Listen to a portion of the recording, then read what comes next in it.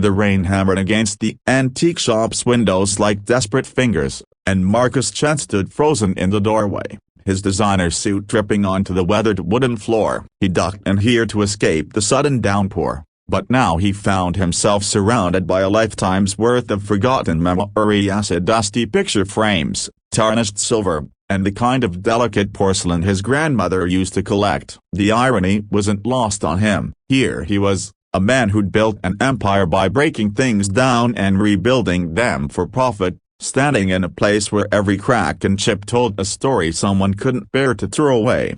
"Careful, sir, a broken bar, you might break something," came a voice from behind a towering shelf of china dolls, followed by the softest laugh he'd heard in years.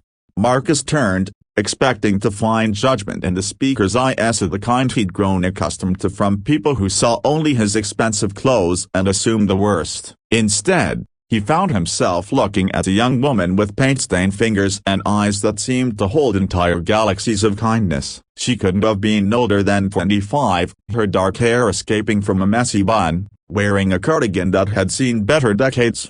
"I'm sorry," he stammered, suddenly self-conscious about the puddle forming at his feet. "I didn't mean to." "Don't apologize for seeking shelter," she said, already moving toward him with a threadbare towel. "That's what places like this are for, aren't they? Giving sanctuary to things that need it." Her name was Elena, and she'd inherited the shop from her great-aunt just 6 months ago. As she handed him the towel, Marcus caught sight of the eviction notice partially hidden beneath a stack of old books on the counter. The numbers were brutal: 3 months behind on rent, with barely a week left to come up with the full amount. "Business hasn't been great," Elena admitted when she caught him looking. She didn't seem embarrassed, just matter-of-fact about her circumstances. "People don't seem to value old things anymore. Everything has to be new, fast, disposable." Marcus knew that world well. His development company had torn down dozens of buildings just like this one, replacing them with glass towers in strip malls. He'd become wealthy by understanding exactly what Elena was talking about and exploiting it. "What will you do?" he asked, surprising himself with how much he cared about the answer. Elena shrugged, her smile never wavering. "Something will work out. It always does." She gestured around the cluttered shop. "These things have survived this long. They're tougher than they look." As the rain continued outside, Elena began telling him stories. The music box that played a wedding waltz had belonged to a couple married for 67 years. The ceramic elephant with the chipped ear had traveled from India in a young immigrant's suitcase. The rocking chair in the corner had soothed 5 generations of babies to sleep. "Everything here has been loved," she explained, carefully dusting a collection of vintage teacups. "That's what makes them valuable, not the price tag, but the love." Marcus found himself drawn to a small, ornate mirror with an elaborate silver frame. As he leaned closer to examine it, his elbow caught the edge of a nearby shelf. Time seemed to slow as a delicate blue vase teetered and fell. The crash seemed to echo forever in the sudden silence. "I'm so sorry,"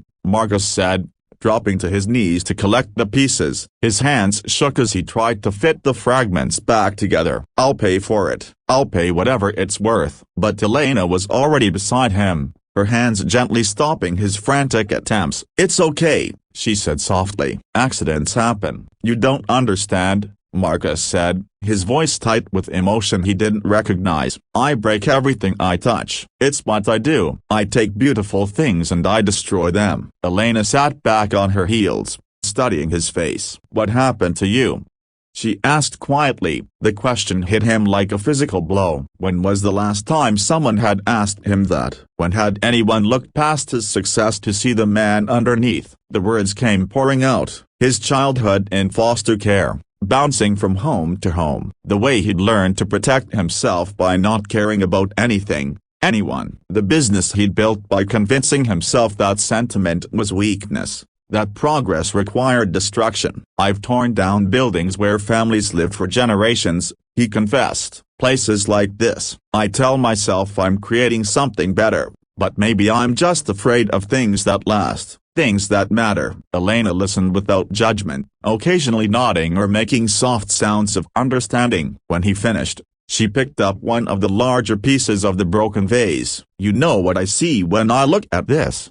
she asked. Marcus shook his head. I see something that can become something new. Not the same as it was, but still beautiful. Still valuable. She smiled at him. Broken doesn't mean worthless, Marcus. Sometimes it just means ready for a new story. That evening, after the rain had stopped, Marcus couldn't stop thinking about Elena and her shop full of rescued treasures. He lay awake in his penthouse apartment, surrounded by minimalist furniture and floor-to-ceiling windows that looked out over the city he'd helped reshape. For the first time in years, the view felt empty. The next morning, he called his assistant. Cancel my meetings today, he said, and get me everything you can find on 847 Maple Street. The building that housed Elena's shop was owned by one of his competitors, a man who'd been trying to buy out the entire block for months. Marcus knew the type. He'd been the type that raised the rent until the small businesses couldn't afford to stay, then swoop in with an offer to buy the building for redevelopment.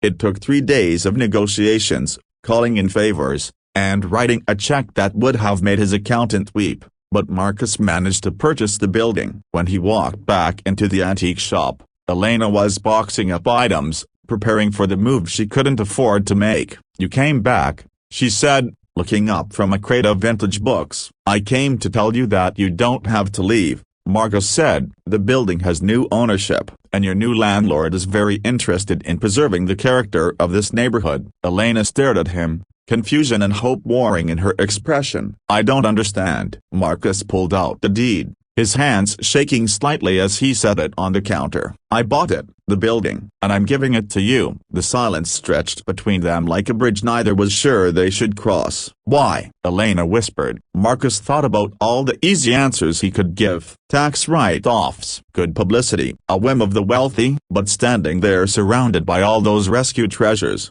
he found himself telling the truth. Because you taught me something about value, he said, about what it means to preserve instead of destroy, about seeing the beauty in broken things. Elena's eyes filled with tears. Marcus, I can't accept this. It's too much. You're wrong, he said softly. It's exactly enough. 6 months later, Marcus stood in the same spot where he'd first heard Elena's voice, but everything had changed. The shop was thriving now, with a steady stream of customers who came not just to buy, but to listen to the stories Elena told about each piece. She'd started offering restoration classes, teaching people to fix their own broken treasures instead of throwing them away. And Marcus had learned to see his own work differently. His company still developed properties, but now they specialized in adaptive reuse, transforming old buildings into new purposes while preserving their history and character. It turned out there was a market for that kind of thoughtful development,